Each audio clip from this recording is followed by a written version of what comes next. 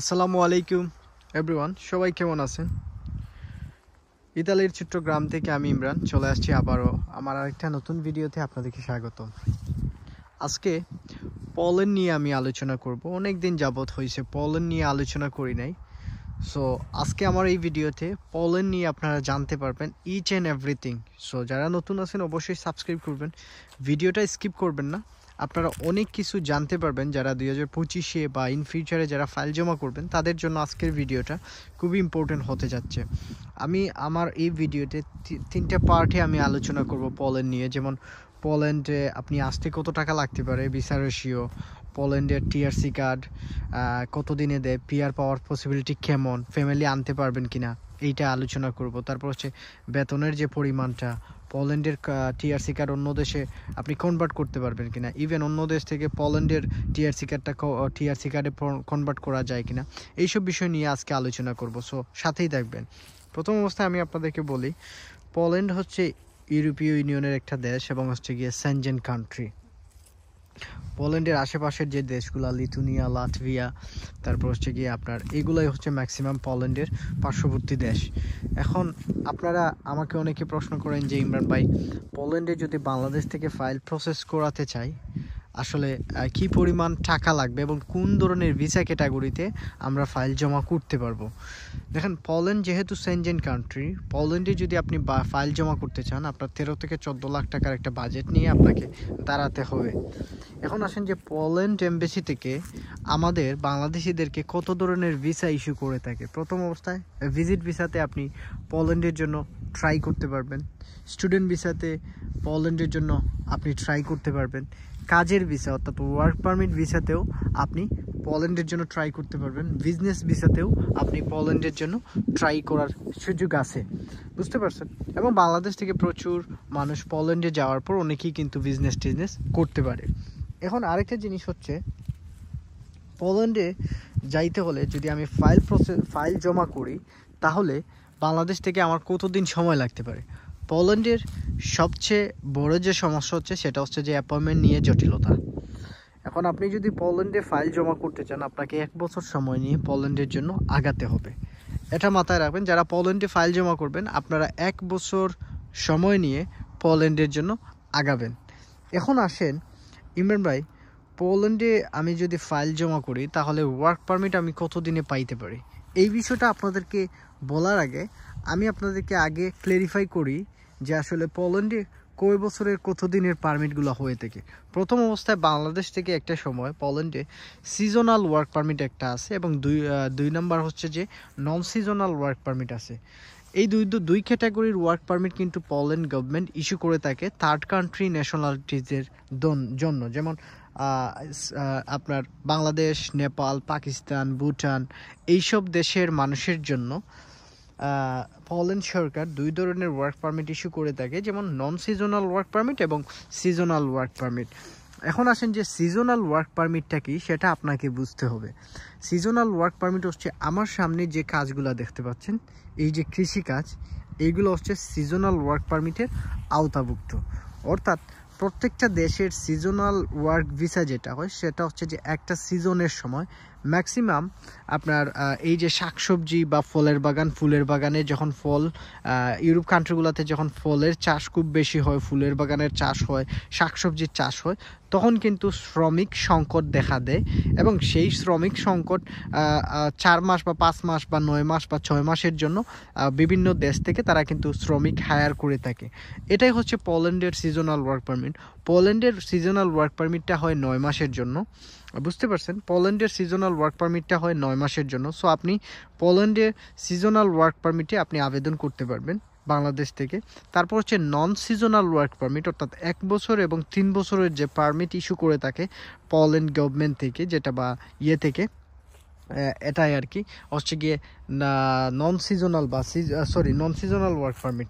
এখন আসেন ইমরান ভাই, কোন পারমিটে জমা করলে ভিসা পসিবিলিটি ভালো এবং আসলে কোন পারমিটে জমা দিলে আসলে ওয়ার্ক পারমিটটা কত দিনের সময়ের ভিতরে আমি পাইতে পারি যদি বাংলাদেশ থেকে ফাইল জমা করি? আপনি যদি বাংলাদেশ থেকে ফাইল প্রসেস করেন বা ফাইল জমা করেন পোল্যান্ডের জন্য, সেক্ষেত্রে আপনার যদি 9 মাসের সিজনাল ওয়ার্ক পারমিটে জমা করেন তাহলে আপনার সময় লাগবে 1 মাসের ভিতরে, আপনি সর্বোচ্চ যদি সময় লাগে 1 মাস লাগবে, এর ভিতরে আপনি পোল্যান্ডের সিজনাল ওয়ার্ক পারমিট আপনি পেয়ে যাবেন। আর 1 বছর এবং 3 মাসের সিজনাল নন সিজনাল ওয়ার্ক পারমিটের জন্য আপনার 2 থেকে 3 মাস সময় লাগবে, 3 মাস সর্বোচ্চ সময় লাগে। কিন্তু আপনি যদি 1 বছর এবং 3 বছরের ওয়ার্ক পারমিটে পোল্যান্ডের জন্য জমা করেন, তাহলে আপনি এজেন্সির কাছ থেকে বা যে কারো কাছ থেকে যদি জমা করেন, তাহলে আপনি একটা সাবমিশন স্লিপ পাবেন। এটা সপ্তাহ 10 দিনের ভিতরে মানে আপনাকে প্রোভাইড করা হবে। এখন আসেন কোন পারমিটে আমরা জমা করলে পোল্যান্ডের ভিসা পসিবিলিটি অনেক ভালো থাকবে। পোল্যান্ডে নন সিজনাল ওয়ার্ক পারমিটে যদি আপনি বাংলাদেশ থেকে জমা করেন, তাহলে আপনার ভিসা রেশিও একেবারে 2% বা 3% থাকবে। সো আমি আপনাদেরকে রিকমেন্ডেড করব আপনারা পোল্যান্ডের জন্য সিজনাল ওয়ার্ক পারমিটে জমা করবেন না। যদি একান্ত জমা করতে চান, সেটা হচ্ছে যে আপনার মানে সিজনাল পারমিট, অর্থাৎ 1 বছর অথবা 3 বছরের জন্য আপনি ট্রাই করতে পারেন। সেক্ষেত্রে ভিসা পসিবিলিটি একটু ভালো থাকতে পারে নন সিজনালের থেকে। বুঝতে পারছেন? এখন এই পারমিটগুলোর তো কথা তো বললাম যে কতদিন বা ভিসা রেশিও বললাম।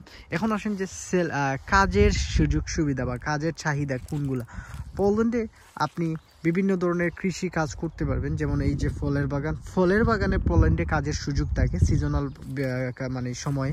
তারপর হচ্ছে আপনি চাইলে ফুলের বাগানেও কাজ করতে পারবেন, শাকসবজির বাগানেও কাজ করতে পারবেন পোল্যান্ডে।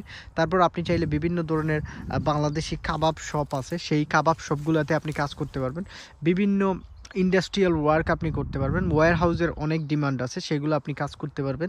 বিভিন্ন ফ্যাক্টরিতে আপনি ক্লিনার হিসাবে যাইতে পারবেন, অফিস বয় হিসাবে আপনি যাইতে পারবেন। তারপর হচ্ছে ওয়েল্ডার, প্লাস্টার, এইগুলার কাজের অনেক ডিমান্ড আছে পোল্যান্ডে। সো আপনারা চাইলে এইসব কাজেও কিন্তু পোল্যান্ডে যাইতে পারবেন। এখন আসেন যে পোল্যান্ডে ইমরান ভাই স্যালারিটা কত, এজ এ বাংলাদেশ হিসাবে যদি আপনি যান পোল্যান্ডে আপনি কত পাবেন? পোল্যান্ডে মিনিমাম স্যালারি, মিনিমাম ওয়েজেস হচ্ছে 4200 জুলতি। অর্থাৎ এখন আপনাকে বুঝতে হবে যে 4200 জুলতিতে কত ইউরো হয়। সেটা প্রায় 900 ইউরোর উপরে হয়ে থাকে, অ্যাপ্রক্সিমেটলি 900 ইউরোর উপরে মিনিমাম ওয়েজেস হচ্ছে আপনার পোল্যান্ডে। এখন আপনি পোল্যান্ডে বাংলাদেশে গেলে আপনি এই 900 ইউরো সমপরিমাণের আপনি একটা টাকা ইনকাম করতে পারবেন। এখন আসেন যে ইমরান ভাই, এক জুলতি পোল্যান্ডের টাকাকে কি বলে? পোল্যান্ডের টাকাকে জুলতি বলে, এবং 1 জুলতি অর্থাৎ 1 পুলিশ টাকায়, 1 টাকায় পোল্যান্ডের 1 টাকায় বাংলাদেশের কত টাকা হয় ইমরান ভাই? এটা যদি একটু বলতেন। এটা হচ্ছে কি বাংলাদেশের আপনার আজকের রেট যদি ধরেন, তাহলে হয়তো 28 টাকার উপরে আপনার হবে, 28 টাকা 50 পয়সা সামথিং এরকম থাকতে পারে। এটা এক এক দিন এক এক রকমের হয়। সো আপনারা গুগল করলে এক্সাক্ট হিসাবটা আপনারা পেয়ে যাবেন। তবে অ্যাপ্রক্সিমেটলি 28 টাকার উপরে হয় পোল্যান্ডের 1 টাকায়, বাংলাদেশের মানে 28 টাকার উপরে হয়ে থাকে। সো আশা করি কাজের যে চাহিদা, কোন কাজগুলো সেগুলো যাচ্ছেন। বেশিরভাগ বাংলাদেশিরা কাবাব শপে কাজ করে, বাংলাদেশি রেস্টুরেন্টে। সো আশা করি বুঝতে পারছেন, ম্যাক্সিমাম বাংলাদেশিরা কাবাব শপে কাজ করে, রেস্টুরেন্টে। সো আশা করি এই জিনিসগুলো বুঝতে পারছেন। এখন আসেন যে ইমরান ভাই, টিআরসি কার্ডের প্রসেসিংটা যদি বলতেন, টিআরসি কার্ডের প্রসেসিংটা যদি সম্পর্কে একটু ধারণা দিতেন। টিআরসি কার্ডের যে প্রসেসিং সম্পর্কে আমি আপনাদেরকে বলি, আপনারা পোল্যান্ডে যাওয়ার পর 4 থেকে 6 মাসের ভিতরে আপনারা টিআরসি কার্ডটা পাবেন, অর্থাৎ টেম্পোরারি রেসিডেন্সি পারমিট যেটা, সেটা পাবেন। এখন অনেকের প্রশ্ন, এই টিআরসি কার্ড দিয়ে আসলে পাওয়ার পর আমরা ফ্যামিলি আনতে পারবো কিনা পোল্যান্ডে? পোল্যান্ড একমাত্র কান্ট্রি যে কান্ট্রিতে ফ্যামিলি আনতে অন্যান্য দেশের তুলনায় মোটামুটি ইজি। বুঝতে পারছেন? তো আপনি চাইলে আপনার ওয়াইফ, বাচ্চা সহ সবাইকে নিয়ে আপনি আপনার ফ্যামিলি নিয়ে আসতে পারবেন যদি আপনি টিআরসি কার্ড পান। সেক্ষেত্রে আপনার কাজের কন্ট্রাক্ট, আপনার কাজ থাকতে হবে, বাসার কন্ট্রাক্ট, এই যে মানে কিছু ধরনের ক্রাইটেরিয়া আছে, সেগুলো আপনার থাকতে হবে। এখন আরেকটা জিনিস হচ্ছে যে ইমরান ভাই, পার্মানেন্ট রেসিডেন্সি অর্থাৎ পিআর পাইতে হলে আমার পোল্যান্ডে কতদিন আমার থাকতে হবে সেটা যদি একটু বলতেন। পিআর যদি আপনি পোল্যান্ডে পাইতে চান, তাহলে আপনাকে টিআরসি কার্ডের মাধ্যমে 5 বছর থাকতে হবে, এবং 5 বছর থাকার পর আপনি পিআরের জন্য আবেদন করতে পারবেন। সো পিআরের জন্য আবেদন করলে একটা টাইম লাগে। আপনি আজকে পিআরের জন্য আবেদন করবেন, কালকে আপনি পাবেন না, আপনাকে 6 মাস বা 2 মাস 3 মাস ওয়েট করতে হবে পিআরের রেজাল্টের জন্য। তো আশা করি এই জিনিসগুলো আপনারা মাথায় রাখবেন যারা আমাকে প্রশ্ন করছিলেন পোল্যান্ড বিষয় নিয়ে। সো এই যে আপনাকে ফুল প্রসেসটা বললাম পোল্যান্ডের, দেখেন পোল্যান্ডের সবচেয়ে বড় সমস্যা হচ্ছে বর্তমান সময়ে ইন্ডিয়া ভিসা। ইন্ডিয়া ভিসাটা হচ্ছে সবচেয়ে বড় জটিলতা পোল্যান্ডের জন্য আপনার। আর তারপর হচ্ছে অ্যাপয়েন্টমেন্ট নিয়ে জটিলতা। তারপর হচ্ছে যদি নিজস্ব লোক আপনার পোল্যান্ডের জন্য কাজ করে তাহলে ভিসার পসিবিলিটি ভালো থাকবে। আর যদি আপনার মানে কোনো এজেন্সি বা দিয়ে কাজ করান তাহলে ভিসার পসিবিলিটি কম থাকবে। সো আমি রিকমেন্ডেড করবো যাদের আত্মীয় স্বজন বা ক্লোজ, আপনার যদি ব্লাড কানেকশন, আপনার ভাই, আপনার চাচা, আপনার দুলাভাই বা এরকম যদি কেউ থাকে তাহলে তাদের মাধ্যমে ট্রাই করুন পোল্যান্ডের জন্য কাজ করানোর জন্য, তাহলে আপনাদের জন্য ভালো হবে। পোল্যান্ডে যদি জেনুইন কোম্পানি হয় এবং কোম্পানি থেকে যদি ইমেল সাপোর্ট বা এগুলো দিতে পারে তাহলে মোটামুটি অনেক সময় ভিসা হয়ে যায়।